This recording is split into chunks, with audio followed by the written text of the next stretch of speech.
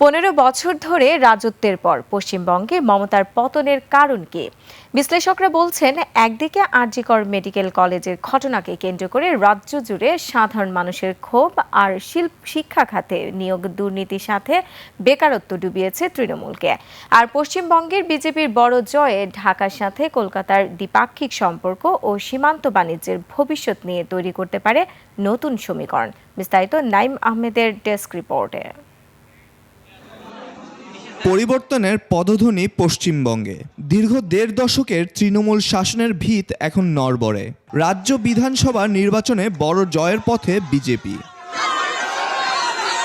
ভারতের জ্যেষ্ঠ সাংবাদিক ২১শে টেলিভিশনে বলেছেন, পশ্চিমবঙ্গে পদ্মফুলের এই জয় জয়কারের পেছনে আরজিকরের নেক্কারজনক ঘটনা, শিক্ষাখাতে পাহাড় সমান দুর্নীতি আর বেকারত্বই মমতা সরকারের ভরাডুবির প্রধান কারণ।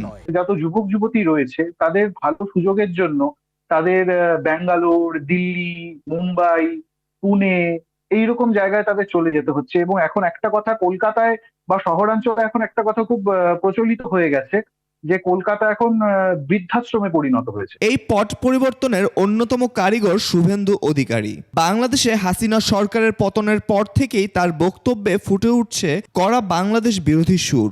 কলকাতা শহরে যে গার্বেজটা আজকে সকালে উঠেছে, আমরা উপরে নিয়ে গিয়ে শুধু ঢাকনাটা খুলে দিই, মোল্লা ইউনূস সহ গোটা ঢাকা চাপা পড়ে যাবে। বিষয়টিকে উদ্বেগের সাথে দেখছেন বিশ্লেষকরা।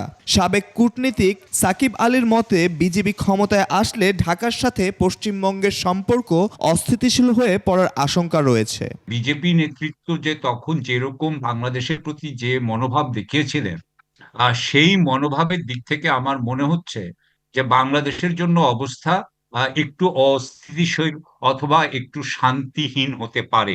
এর সরাসরি প্রভাব পড়তে পারে ব্যবসা বাণিজ্যে। কৃত্রিম সংকট হতে পারে, আমরা যেসব পণ্য আমরা আমদানি করি সেই বিষয়ে। নাইম আহমেদ, ডেস্ক রিপোর্ট, ২১শে টেলিভিশন।